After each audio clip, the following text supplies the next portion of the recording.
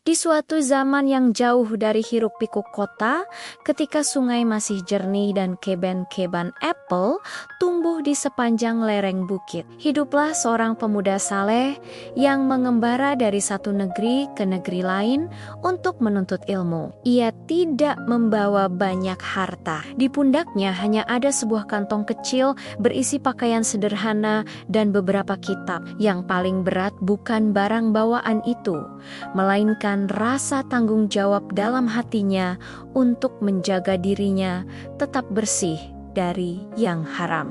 Hari itu, matahari sudah condong ke barat ketika ia melangkah di sepanjang tepi sungai.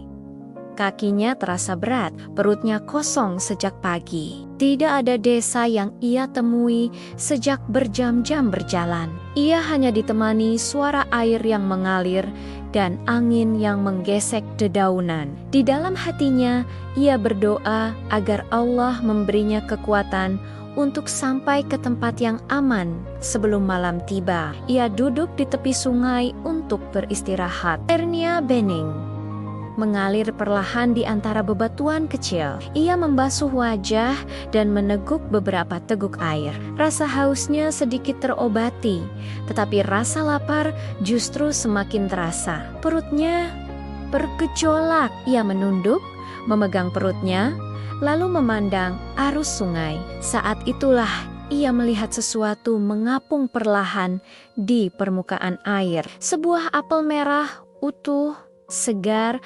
berputar-putar mengikuti arus. Apel itu mendekat ke tempat ia duduk, seolah-olah dihanyutkan ke arahnya secara khusus. Bau manisnya tercium, membuat air liurnya menetes tanpa ia sadari.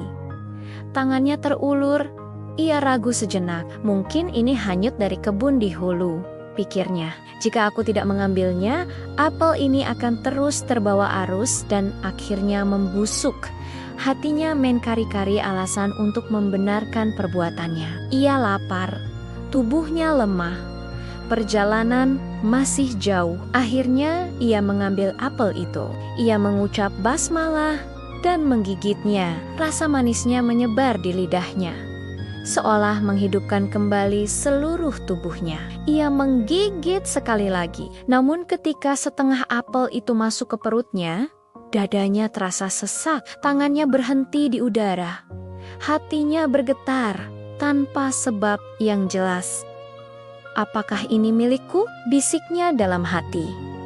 Apakah aku sudah meminta izin pemiliknya? Ia menatap apel di tangannya. Separuhnya masih utuh. Nafsu menyuruhnya menyelesaikan. Lapar mendorongnya untuk terus makan. Namun suara lain muncul di hatinya, lebih pelan tetapi lebih berat. Suara itu mengingatkannya bahwa makanan ini belum tentu halal baginya. Ia berdiri, tubuhnya gemetar. Apel itu ia letakkan di batu. Ia menutup wajahnya dengan kedua tangan. Ia merasa seperti baru saja melakukan sesuatu yang besar, padahal hanya satu gigitan. Ya Allah, ucapnya lirih. Aku memakan sesuatu yang bukan milikku. Aku tidak tahu siapa pemiliknya. Aku takut jika daging ini tumbuh dari yang engkau murkai. Ia berdiri lama di tepi sungai. Air terus mengalir, seolah tidak peduli pada kegelisahannya. Namun bagi pemuda itu, dunia terasa berhenti. Ia tidak sanggup melanjutkan perjalanan sebelum menyelesaikan urusan hatinya. Aku harus mencari pemilik kebun ini, katanya pada dirinya sendiri. Aku tidak bisa membiarkan ini berlalu begitu saja. Ia berjalan menyusuri sungai ke arah hulu. Langkahnya lambat karena lelah, tetapi tekadnya membuatnya terus melangkah. Ia melewati semak-semak, menanjak sedikit ke lereng bukit, hingga akhirnya melihat deretan pohon apel yang tertata rapi. Buah-buahnya bergelantungan, merah dan kuning, sebagian telah jatuh ke tanah. Di bawah salah satu pohon, duduk seorang lelaki tua. Jenggotnya putih, wajahnya tenang, matanya tajam, namun tidak keras. Ia memegang tongkat kayu dan memperhatikan kebunnya dengan penuh perhatian. Pemuda itu mendekat dan memberi salam. Assalamualaikum. Waalaikumsalam, jawab lelaki tua itu. Pemuda itu menunduk. Nafasnya tertahan. Aku datang karena sebuah kesalahan, katanya. Aku menemukan sebuah apel hanyut di sungai. Karena lapar, aku memakannya. Setelah itu aku sadar bahwa aku belum meminta izin pemiliknya. Aku takut kepada Allah. Maka aku datang untuk meminta kehalalan. Lelaki tua itu memandangnya lama. Tidak ada marah di wajahnya. Tidak ada pula senyum. Hanya tatapan yang seolah menembus dada. Kau memakan apel itu? Tanyanya. Kau bisa saja pergi dan tak seorang pun tahu. Lanjutnya. Pemuda itu mengangguk. Benar. Tapi Allah tahu. Lelaki tua itu menarik napas panjang. Banyak orang mengambil buah dari kebunku tanpa bertanya. Kau justru datang sendiri mengaku. Pemuda itu berkata. Aku tidak ingin tubuhku tumbuh dari yang bukan hakku. Lelaki tua itu terdiam. Angin menggerakkan daun-daun pohon. Suara sungai terdengar dari kejauhan. Setelah beberapa saat, ia berkata, aku bisa saja memaafkanmu begitu saja, tapi aku ingin mengujimu. Pemuda itu mengangkat kepala. Apa yang harus aku lakukan? Kau harus menikahi putriku, kata lelaki tua itu. Pemuda itu terkejut. Menikahi putrimu? Ya. Aku tidak punya harta, aku hanya pengembara. Itu bukan masalah, jawab lelaki tua itu tenang. Pemuda itu menelan ludah. Tapi aku tidak mengenalnya. Akan kau kenal setelah menikah. Lelaki tua itu lalu berkata dengan suara pelan. Namun aku harus jujur padamu.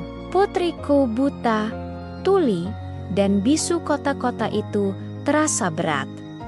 Pemuda itu terdiam lama. Di benaknya muncul bayangan hidup bersama seorang wanita yang tidak bisa melihat, tidak bisa mendengar, dan tidak bisa berbicara. Ia memikirkan tanggung jawab yang besar. Ia memikirkan masa depan yang sulit, namun ia juga memikirkan satu gigitan apel. Ia memikirkan bahwa ia datang ke sini karena takut kepada Allah. Jika ia mundur, apa artinya pengakuannya? Ia menunduk jika itu harga dari apel itu.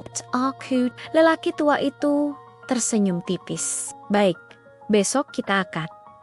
Malam itu, pemuda itu tidak bisa tidur.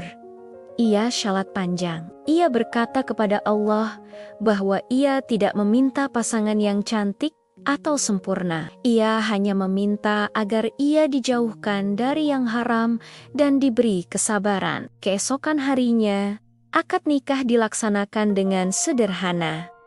Tidak ada pesta besar, hanya wali, saksi, dan beberapa orang yang hadir. Setelah akad, lelaki tua itu berkata, masuklah ke kamarmu. Pemuda itu melangkah perlahan. Jantungnya berdegup keras.